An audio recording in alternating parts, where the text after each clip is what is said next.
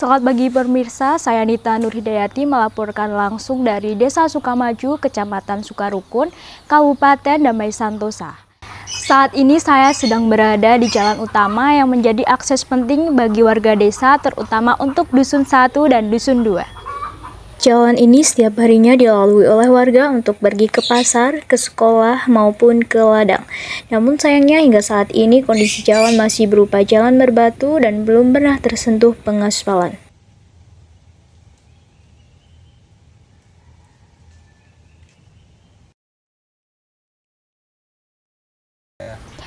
Untuk mengetahui lebih lanjut keluhan warga mengenai jalan tersebut, saya telah berbincang dengan salah satu warga yang rumahnya tak jauh dari jalan berbatu tersebut. Berikut video wawancaranya.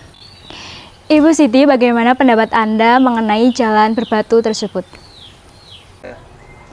Jalan ini sudah lama sekali belum diaspal. Kami sudah berusaha menyampaikan di musyawarah desa, tapi pemerintahnya no comment. Terus katanya belum ada anggaran, jadi kami menunggu dari pemerintah. Kalau pas musim hujan itu biasanya tuh kita tuh sering banget kesulitan pas lewat jalan.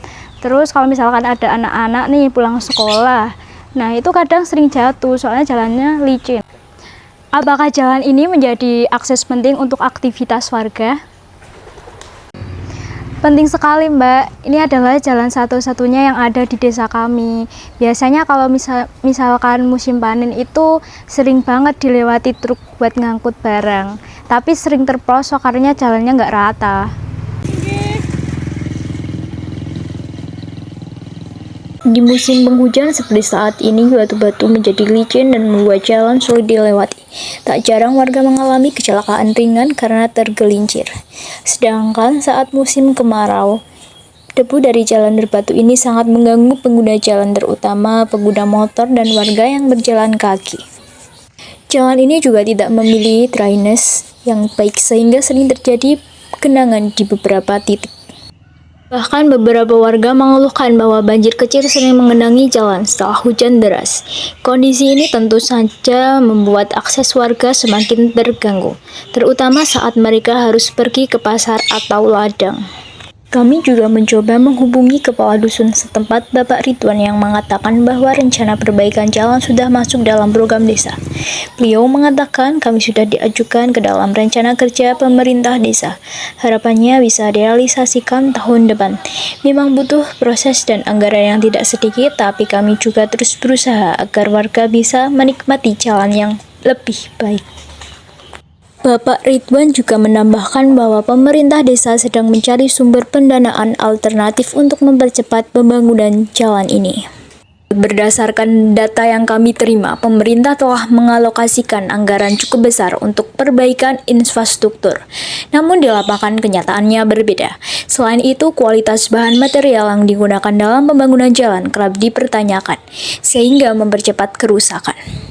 Ini sudah mengadu lewat media sosial, bahkan beberapa kali lewat aplikasi pengaduan online. Tapi tidak ada respon yang cepat. Kami ingin ada kejelasan dan tindakan nyata dari pemerintah, ungkap salah satu warga. Kualitas material sangat mempengaruhi daya tahan jalan.